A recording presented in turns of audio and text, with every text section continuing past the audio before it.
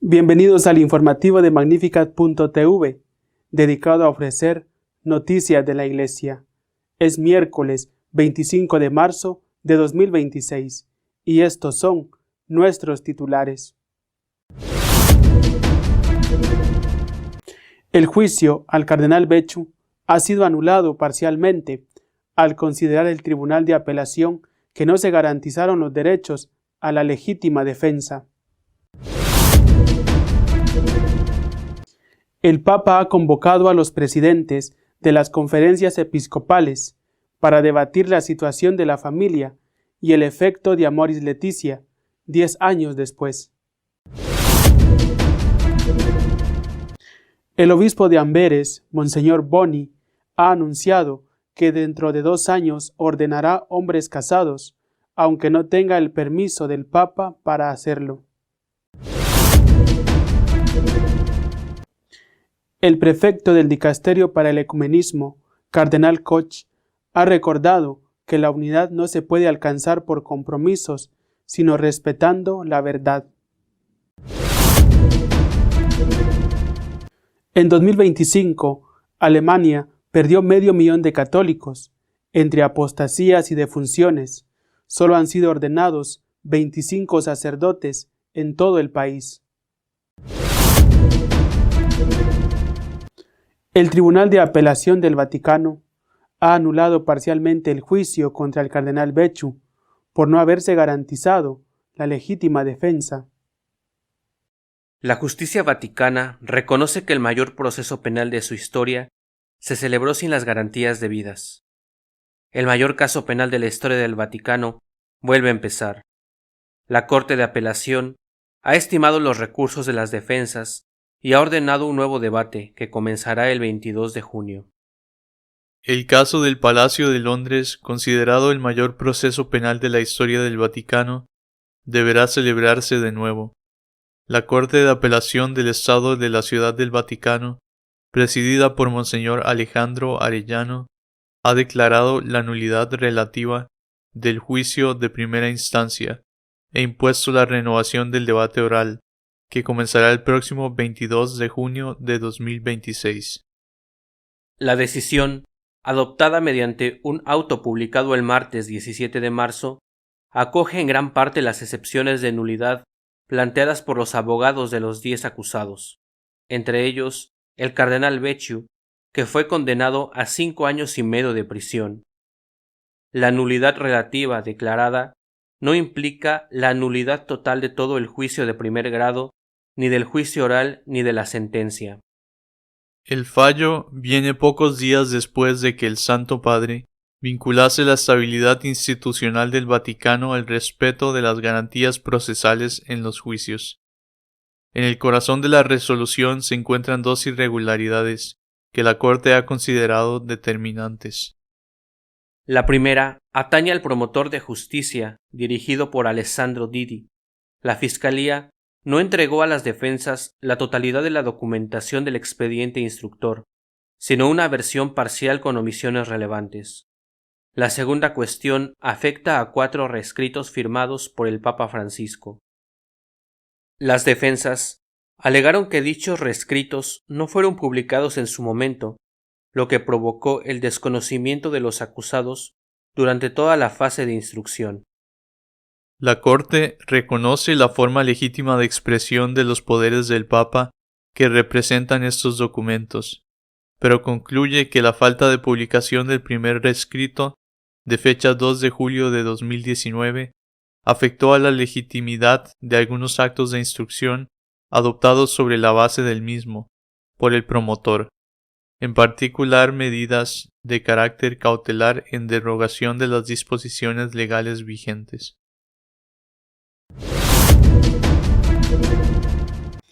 Diez años después de Amoris Laetitia, el Papa ha convocado a los presidentes de los episcopados para debatir la situación de la familia en el mundo. El Papa ha anunciado la convocatoria de una reunión de los presidentes de las conferencias episcopales de todo el mundo en octubre de 2026, con el objetivo de emprender una nueva fase de discernimiento sinodal sobre el futuro de la pastoral familiar. La convocatoria coincide con el 10º aniversario de Amoris Laetitia, publicada por el Papa Francisco el 19 de marzo de 2016. El Papa destacó varios ejes de Amoris Laetitia: la esperanza bíblica de la presencia misericordiosa de Dios, que permite vivir historias de amor, incluso en medio de crisis familiares; la invitación a adoptar la mirada de Jesús, y la llamada a estimular el crecimiento, la consolidación y la profundización del amor conyugal y familiar. León XIV subraya que la fragilidad forma parte de la maravilla que somos, y que la vida cristiana se regenera constantemente en el don, en el amor. Desde esta perspectiva, el pontífice invita a la Iglesia a evocar la belleza de la vocación al matrimonio precisamente desde el reconocimiento de su fragilidad, para despertar la confianza en la gracia y el deseo de santidad. El mensaje hace también una referencia breve al capítulo 8 de Amoris Laetitia, donde Francisco instaba a acompañar, discernir e integrar la fragilidad, superando una concepción reductiva de la norma. Este capítulo generó una notable controversia al abrir la puerta para que los católicos divorciados y casados civilmente de nuevo pudieran acceder a la comunión. Monseñor Boni, obispo de Amberes, en Bélgica, ha anunciado que está dispuesto a ordenar hombres casados, incluso si el Papa no le da permiso para hacerlo. Monseñor Boni, obispo de Amberes, ha anunciado su intención de ordenar sacerdotes a hombres casados en un plazo de 2 años, en una iniciativa que carece de respaldo de Roma y que podría acarrearle graves consecuencias canónicas, incluida la excomunión. La amenaza de Monseñor Boni se asemeja a las de los lefebrianos y pone al Papa León en la tesitura de tener que materializar las decisiones más allá de la escucha. La declaración, contenida en una carta pastoral publicada el 19 de marzo, constituye un desafío abierto a la disciplina de la Iglesia latina. Pondré todos los medios para ordenar de aquí a 2028 a algunos hombres casados como sacerdotes para nuestra diócesis, escribe el prelado belga, quien añade que contactará personalmente a los candidatos y se ocupará de que dispongan de la formación teológica y la experiencia pastoral necesarias. El prelado belga sitúa su decisión en el marco del proceso sinodal impulsado por el Papa Francisco. No obstante, el documento final del Sínodo sobre la sinodalidad, concluido a finales de 2024, no recomienda la ordenación de hombres casados. Tampoco prosperó la propuesta cuando fue planteada por el Sínodo sobre la Amazonia en 2019. Ningún obispo puede modificar por sí mismo una disciplina que compete a la Iglesia Universal. Si Monseñor Boni llegara a ordenar hombres casados sin autorización de la Santa Sede, incurriría en un acto gravemente ilícito. La excomunión no sería automática, pero podría ser considerada en caso de persistencia en la ruptura con la autoridad del sucesor de Pedro. El cardenal Koch, prefecto del Dicasterio para la Unidad de los Cristianos, ha recordado que la búsqueda de la unidad solo puede basarse en el respeto a la verdad. El cardenal Koch, prefecto del Dicasterio para la Unidad de los Cristianos, en una entrevista concedida a Religión Confidencial, reivindica que la unidad solo puede construirse sobre la verdad de la fe apostólica. Preguntado por el lema pontificio de León XIV, In illo uno unum, el cardenal Koch señala que le alegró que el Papa mantuviera como pontífice el lema que ya había elegido como obispo en Perú. El lema está tomado de la interpretación que San Agustín hace del Salmo 127 y expresa que la Iglesia no puede encontrar su unidad en sí misma, sino solo en Jesucristo. Para Koch, el lema revela las dos prioridades fundamentales del pontificado: el cristocentrismo y la unidad. Necesitamos fijar nuestra mirada en estos dos objetivos fundamentales, sobre todo en la situación actual de la Iglesia, afirma. El prefecto subraya que León XIV se deja guiar por este principio también en las relaciones ecuménicas, convencido de que cuanto más busquemos y encontremos la unidad en la fe en Jesucristo, tanto más nos convertiremos en uno solo también entre nosotros. Sobre cómo mantener el diálogo ecuménico sin renunciar a los principios de la fe, el cardenal es tajante. El verdadero ecumenismo es una cuestión de fe, no de compromisos discutibles. El diálogo auténtico, explica, consiste en un intercambio de dones diversos que profundizan en la verdad cristiana. Sin la verdad de la fe no puede haber unidad, sentencia, y precisa que esa unidad solo puede redescubrirse en la fe apostólica. El cardenal describe dos tentaciones que acechan a la Iglesia actual. La primera es un cristianismo fortaleza, que preserva la identidad aislándola del mundo de manera fundamentalista, atrincherándose ante la secularización. La segunda es un cristianismo servil, que en aras del diálogo con el mundo adapta la fe al secularismo hasta poner en peligro o abandonar la propia identidad. Frente a ambas, Koch propone encontrar un equilibrio saludable entre un arraigo más profundo en la verdad de la fe y una apertura dialógica hacia el mundo. La fe cristiana, concluye, debe necesariamente preservar su verdad de manera fiel a sus orígenes, y al mismo tiempo debe ser comprendida y vivida de manera contemporánea, abierta a las preguntas del mundo de hoy.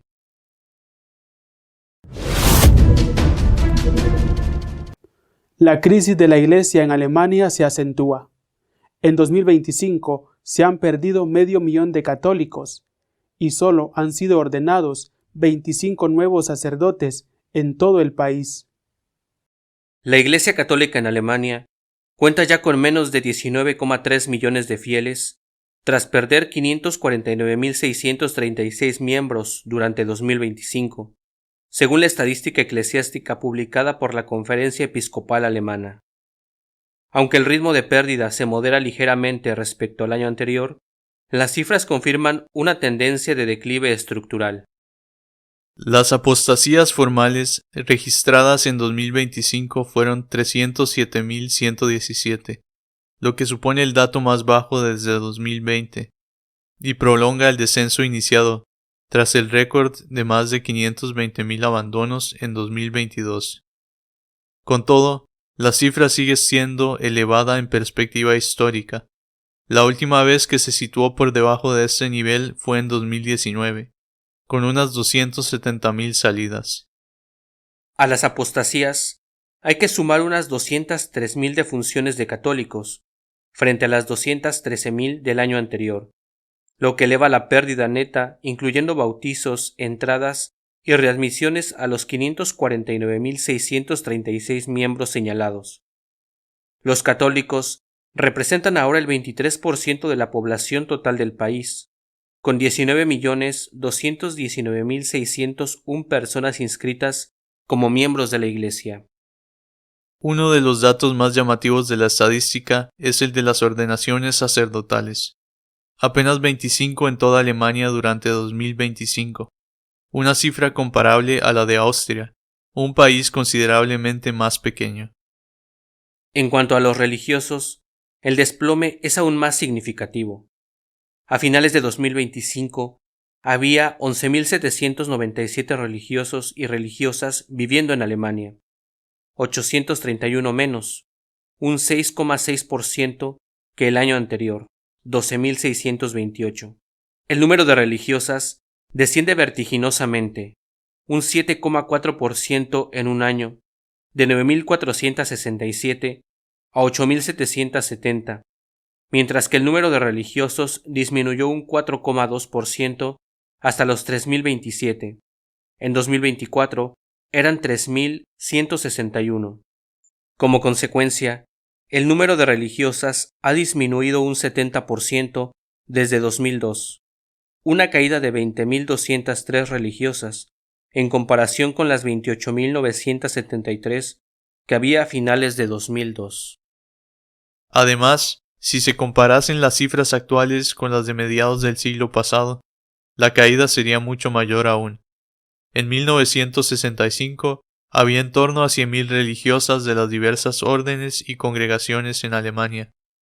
En las últimas 6 décadas, la disminución de las religiosas alemanas ha sido de más del 90%. A la situación de desplome numérico, hay que añadir el alto grado de envejecimiento de los que quedan. De los religiosos varones, casi la mitad son mayores de 65 años, 48,6%. Un llamativo 81% de las religiosas alemanas son mayores de 65 años.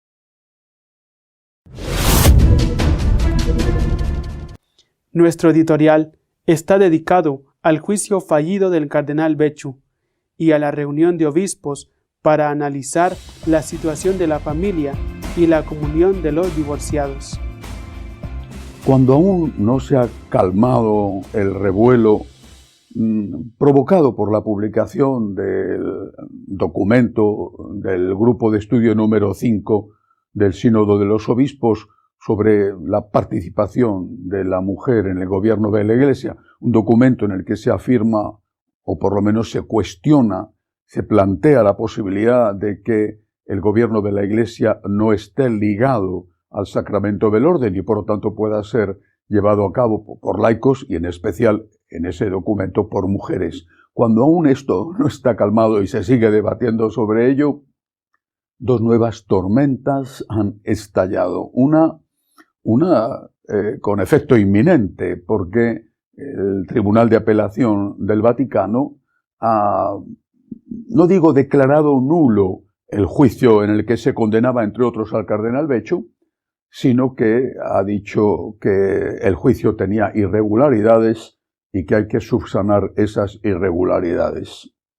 Pero la otra tormenta de más calado ha sido el anuncio hecho por el Papa León de que se va a proceder a una revisión de Amoris Laetitia en el 10º aniversario de la publicación de esa exhortación pastoral, aunque no se ha dicho exactamente lo de la revisión de Amoris Laetitia, pero sí se ha dicho que se va a reunir, se va a convocar a todos los presidentes de las conferencias episcopales del mundo para debatir la situación de la familia en el mundo y cómo tenemos que afrontar en la Iglesia el declive, el deterioro de la familia. Y si esta convocatoria se ha hecho en el 10º aniversario del Amoris Laetitia y en el documento de convocatoria se alude explícitamente a ella.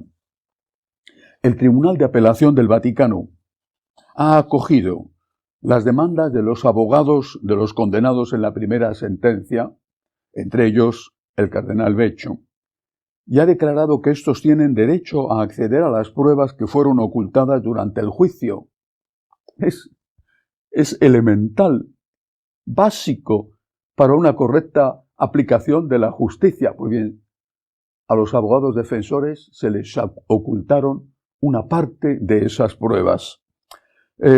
Entre otras cosas que se les ocultaron estaba una parte de la declaración del principal testigo de la acusación, Monseñor Perlasca, a cambio de la inmunidad para él, y también uno de los rescriptos del Papa Francisco dado durante el juicio, que cambió la metodología, equivalente a si en la mitad de un partido de fútbol o de baloncesto se cambian las reglas del juego y las nuevas reglas son para favorecer al equipo visitante. El Tribunal de Apelación ha reconocido que ocultar esos y otros datos perjudicaba el derecho de los acusados a defenderse y ha ordenado que se dé a los abogados defensores todos los documentos para que puedan, en base a ellos, hacer sus alegaciones. A partir de ahí, se reanudará de nuevo el juicio y se verá si se mantiene o no las sentencias condenatorias que, mientras tanto, siguen en vigor. De hecho, es una enmienda no solo al resultado de la condena, entre otros la condena al cardenal Becciu, sino a la forma en que se desarrolló el juicio, que omitió las más elementales garantías de los acusados a la legítima defensa, al no conocer las pruebas que se estaban usando contra ellos. al margen de lo que resulte cuando se reanude el juicio, quien queda mal parado es el sistema judicial de Vaticano de la época del Papa Francisco, aunque hay que reconocer que ese mismo sistema judicial ahora, en el Tribunal de Apelación, está corrigiendo lo que entonces se hizo mal. Y hay que reconocer también que eso se hace ahora con el Papa León, y muchos se han preguntado estos días si el resultado hubiera sido el mismo, si hubiera seguido todavía al frente de la Iglesia el Papa Francisco. La decisión ha sido acogida con gran alegría, no solamente por los condenados, lógicamente, sino también por todos los que no desean ver a la Iglesia manchada por la sospecha de que sus juicios estén influidos más por simpatías o antipatías que por el respeto a la ley. La otra cuestión es la revisión de Amoris Laetitia. Papa León ha convocado a los presidentes de todas las conferencias episcopales del mundo a debatir sobre la situación de la familia, pero también sobre la polémica exhortación apostólica. La noticia de la convocatoria se hizo este 19 de marzo, coincidiendo con el 10º aniversario de la promulgación de Amoris Laetitia, aunque la reunión se ha convocado para el próximo mes de octubre. Hay que recordar que en el capítulo 8 y en la nota a pie de página número 351 de ese capítulo, se abre la posibilidad de que los divorciados vueltos a casar civilmente y, por lo tanto, sin haber recibido la nulidad matrimonial y sin haberse casado por la Iglesia nuevamente, puedan recibir la comunión. El número 305 de la exhortación apostólica afirma lo siguiente: debido a factores condicionantes o atenuantes, es posible que dentro de una situación objetiva de pecado, que no es subjetivamente culpable o no lo es del todo, uno pueda vivir en la gracia de Dios, amar y también crecer en la vida de gracia y caridad, recibiendo la ayuda de la Iglesia para este propósito. Esto es lo que dice ese artículo de Amoris Laetitia.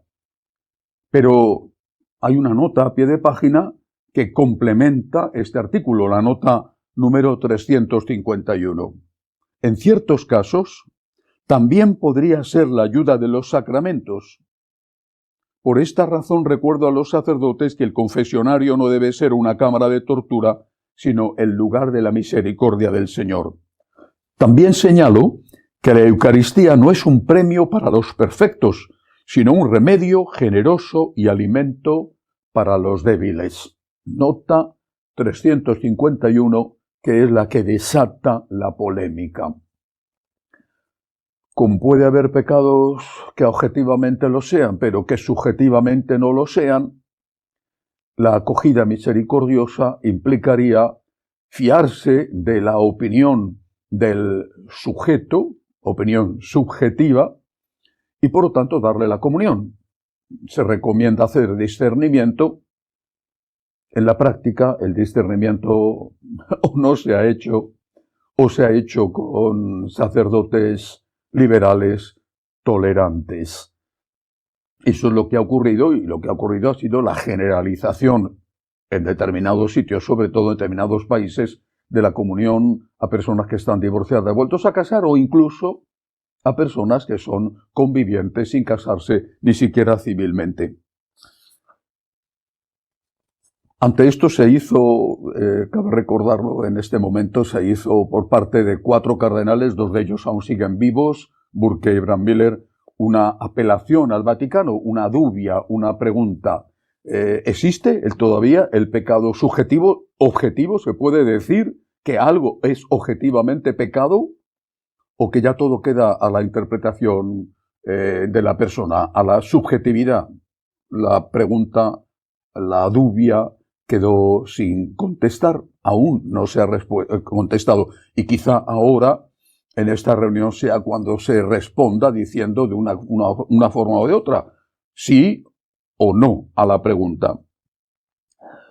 Lo que ocurrió fue que, por un lado, muchos católicos se sintieron escandalizados por el permiso implícito del Papa a comulgar cuando se estaba en situación permanente de adulterio, contraviniendo así la enseñanza de Cristo y de la Iglesia durante 2000 años, mientras que otros muchos, sin discernimiento alguno, o buscando sacerdotes complacientes, se acercaron a la comunión aún estando en esa situación objetiva de pecado.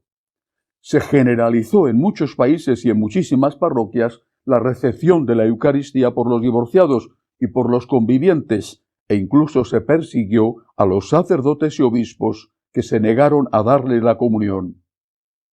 Un ejemplo de esto fue lo que le ocurrió a Monseñor Martínez, obispo de la diócesis argentina de San Luis, al que se le exigió la renuncia por haber rechazado la interpretación laxa de Amoris Laetitia.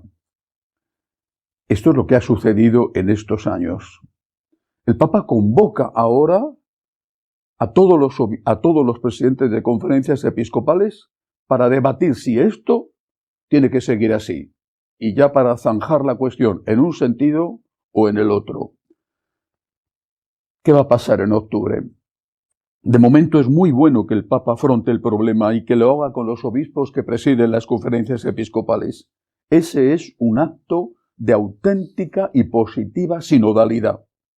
En la reunión de octubre habrá, seguro, obispos que dirán que hay que seguir dando la comunión a los divorciados vueltos a casar porque hay que acoger misericordiosamente a las personas que están objetivamente fuera de la Iglesia. Pero también estoy seguro que habrá otros obispos, presidentes de conferencias episcopales, que dirán que eso no puede hacerse, porque es un sacrilegio. Es decir, es algo que va en contra de lo que Cristo y la Iglesia ha enseñado durante 2000 años, que para comulgar hay que estar en gracia de Dios. Y que además ha creado una profunda división entre los fieles, escándalo y desconfianza. Porque una cosa era lo que en discernimiento y en casos muy particulares pudiera ocurrir cuando no hay libertad, y otra cosa es lo que ha sucedido y que de hecho era muy fácil prever que iba a suceder.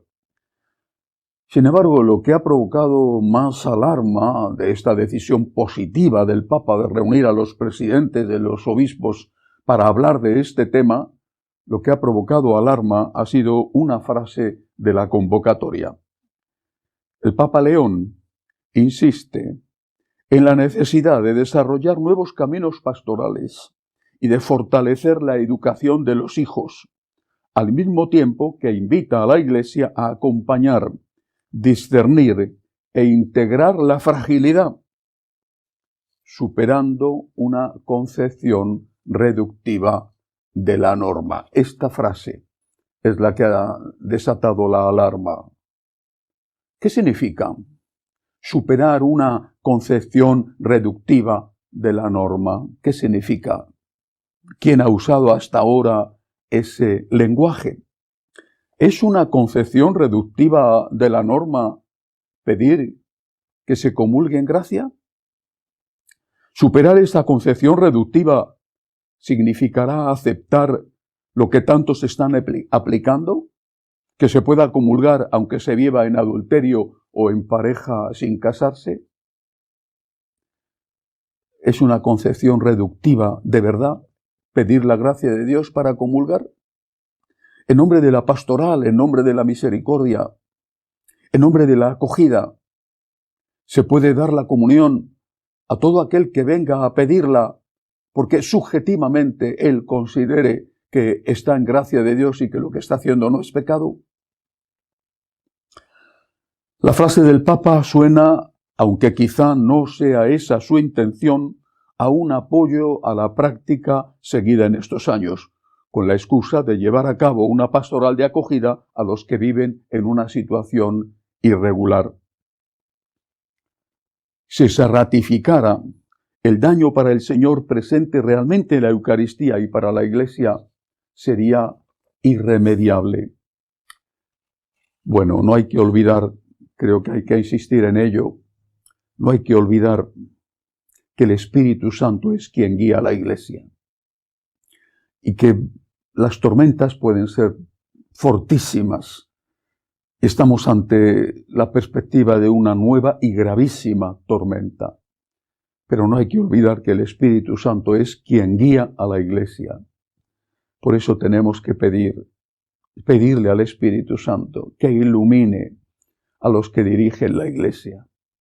Por eso tenemos que rezar continuamente por el Papa, para que lleve la nave de la Iglesia siguiendo lo que enseña el Espíritu Santo, lo que ha enseñado basándose en la palabra de Dios y lo que ha enseñado durante 2000 años.